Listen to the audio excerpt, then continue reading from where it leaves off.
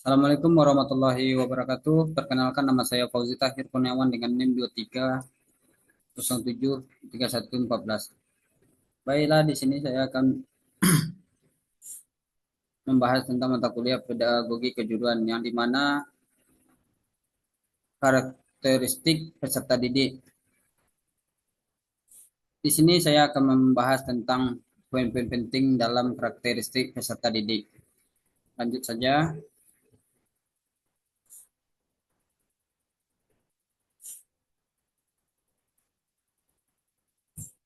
Indikator untuk mendukung capaian pembelajaran diharapkan dapat menjelaskan pengertian karakteristik peserta didik. Yang kedua, menjelaskan ragam atau macam-macam karakteristik peserta didik. Menerapkan manfaat mengenal karakteristik peserta didik sebagai pijakan dalam pembelajaran. Materi pokok yang akan diuraikan adalah yang pertama yaitu pengertian karakteristik peserta didik. Yang kedua, ragam karakteristik peserta didik. Yang ketiga, manfaat mengenal karakteristik sebagai pijakan dalam pembelajaran.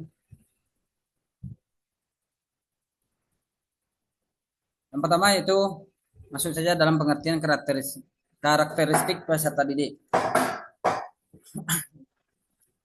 Satu, pengertian karakteristik peserta didik dikemukakan oleh Ardana dalam Sri Budiningsih pada tahun 2007 pada tahun 2017.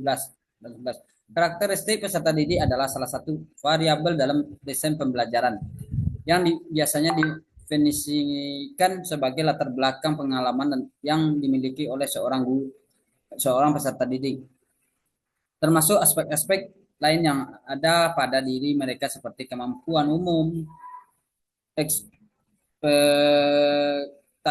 terhadap pembelajaran, dan ciri-ciri jasmani serta emosional siswa yang memberikan dampak terhadap keefektifan belajar. Lanjut B, ragam karakteristik peserta didik. Yang pertama itu entik. Implikasi dari entik ini, pendidikan dalam melakukan proses pembelajaran perlu memperhatikan jenis entik. Apa saja yang terdapat dalam kelasnya.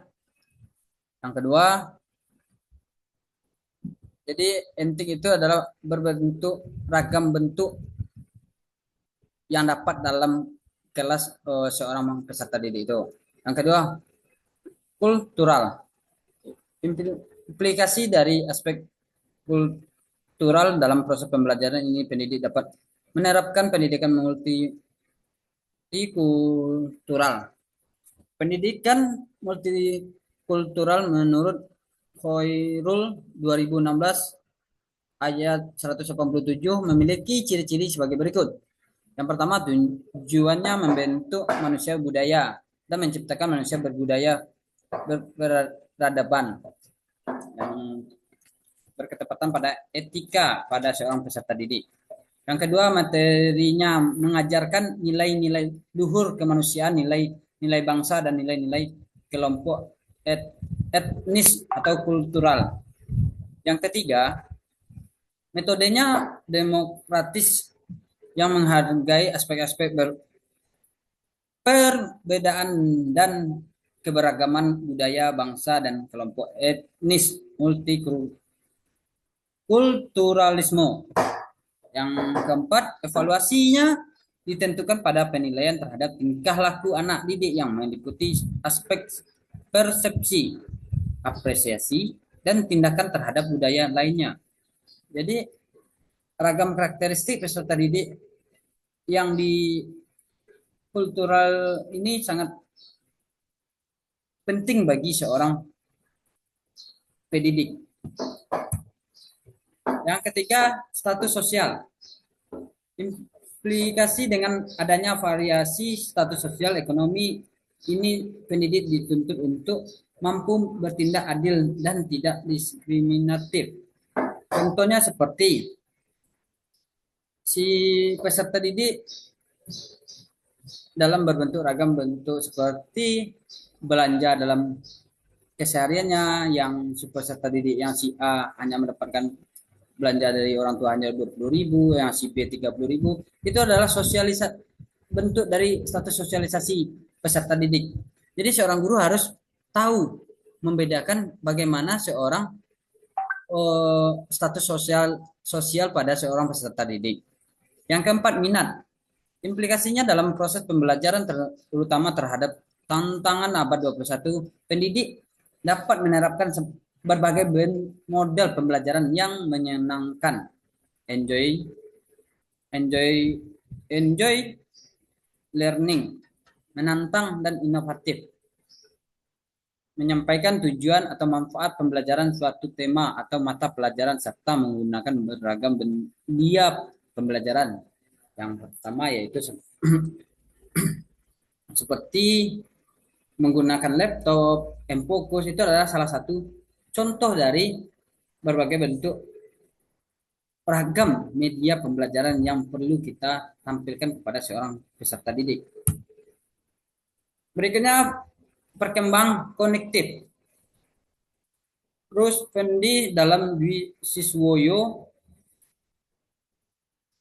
2013 ayat 101 menyebutkan sebagai berikut.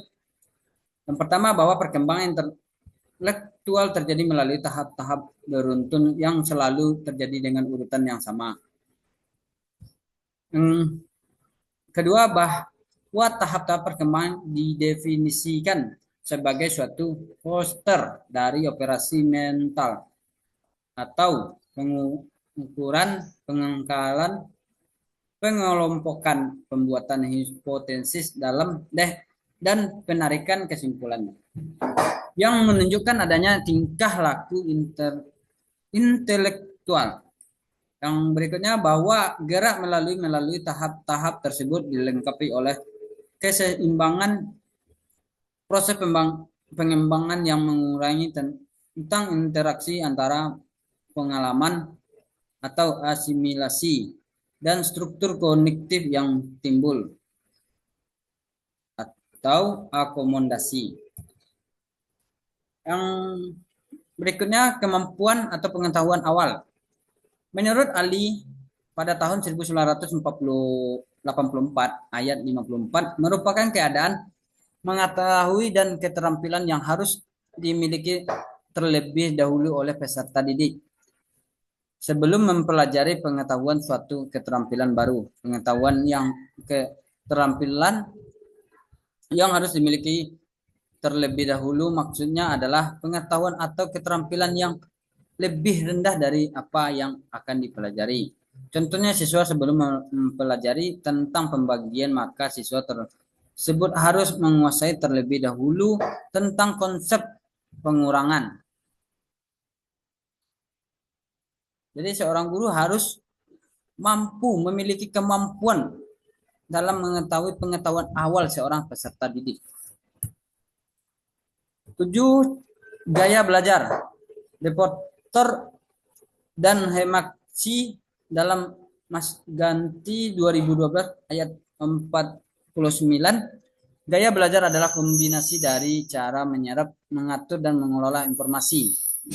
Dari dua perbedaan tersebut dapat ditegaskan bahwa gaya belajar adalah cara yang cenderung dipilih atau digunakan oleh peserta didik dalam menerima, mengatur, dan memproses informasi atau pesan dari komunikator atau pemberi informasi. Nanti dalam Yomi 2013 ayat 125 yaitu visual learning, learner, auditor, learner, dan kinesthetic. Yang pertama, peserta didik visual yaitu peserta didik yang belajar akan mudah dalam dan baik jika melalui visual atau penglihatan. Jadi seorang peserta didik itu mudah memahami dalam proses pembelajaran apabila si siswa ini dapat melihat secara nyata. Maka dalam proses pembelajaran itu berjalan dengan lancar dan baik. Atau dengan perkataan lain, modalitas penglihatan menjadi modal utama bagi peserta didik yang memiliki gaya belajar ini. Yang kedua, peserta didik auditory, yaitu mereka yang mempelajari sesuatu akan mudah dan sukses melalui pendengaran. Alat dari pendengaran merupakan modal utama bagi peserta didik bergaya belajar ini. Peserta didik ini yang bergaya belajar auditor akan mempunyai penyajian materi pembelajaran melalui ceramah dan diskusi.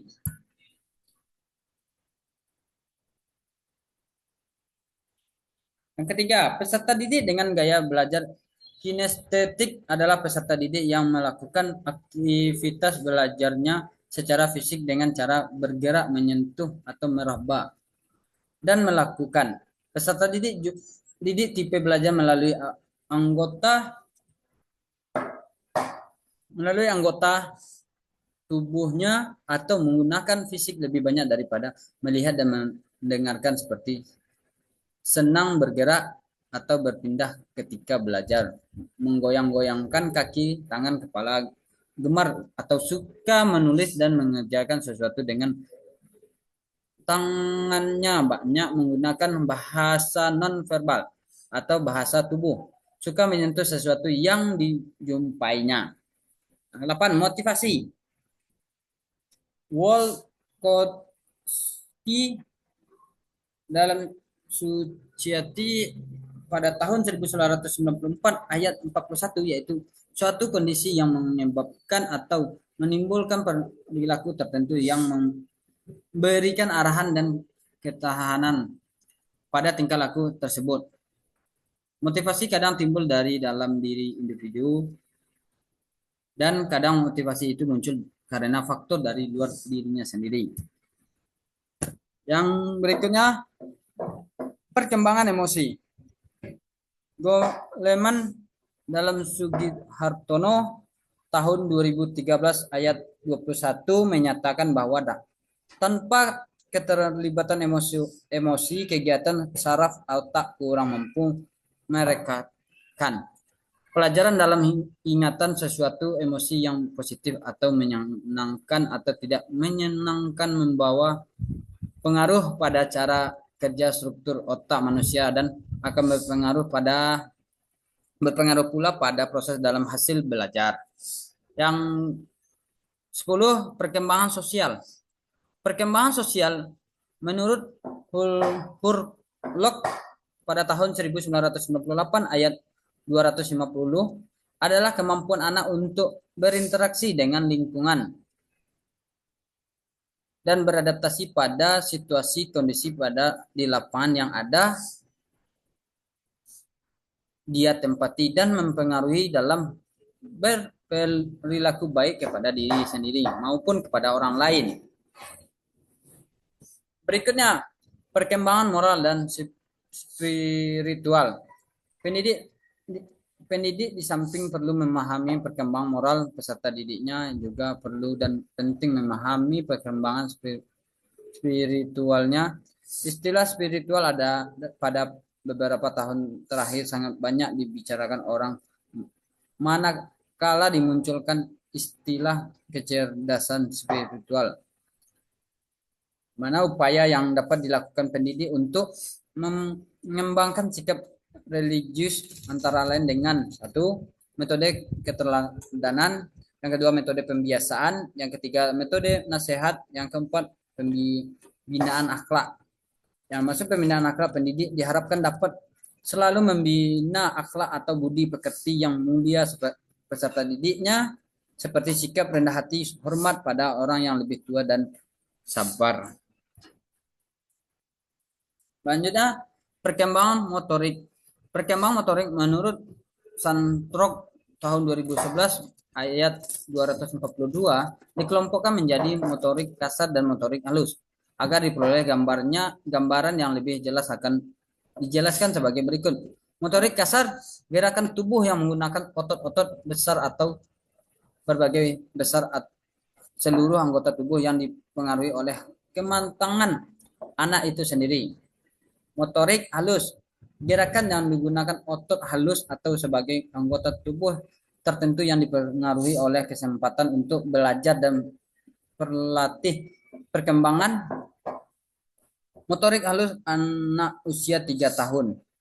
Misalnya bermain plus sederhana tapi kadang tidak disangka dapat membangun menarik tinggi dengan menggunakan balok. C. Manfaat mengenal karakteristik sebagai pijakan dalam pembelajaran.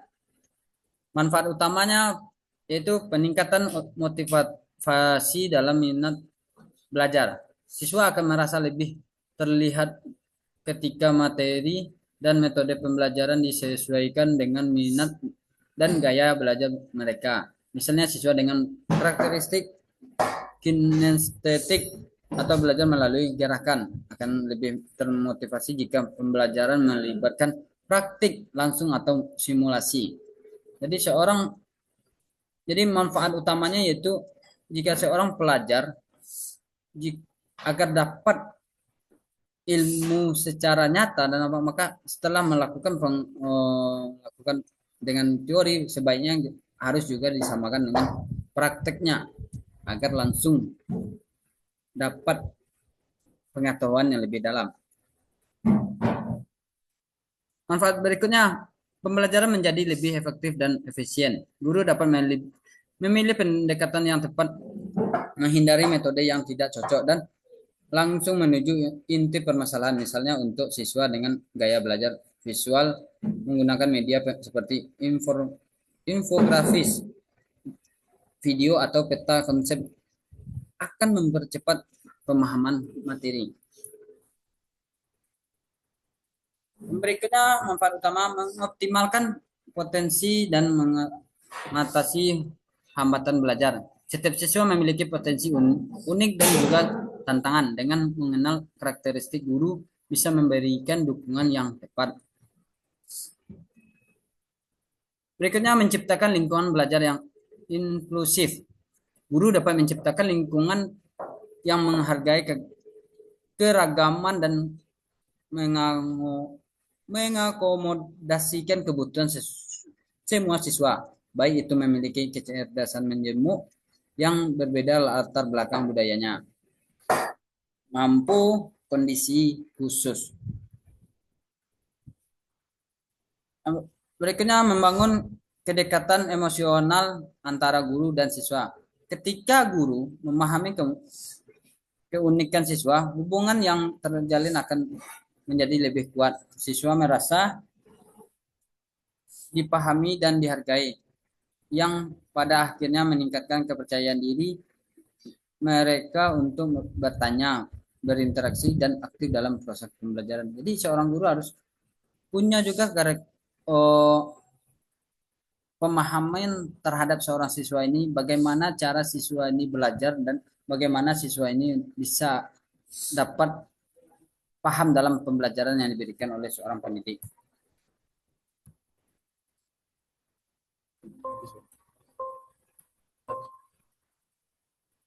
Mungkin itu yang dapat saya ambil dari poin-poin penting pada karakteristik peserta didik. Jika ada penyampaian atau penjelasan saya yang kurang tepat, harap agar dapat dimaafkan. Akhir kata, wabillahi taufiq hidayah. Assalamualaikum warahmatullahi wabarakatuh.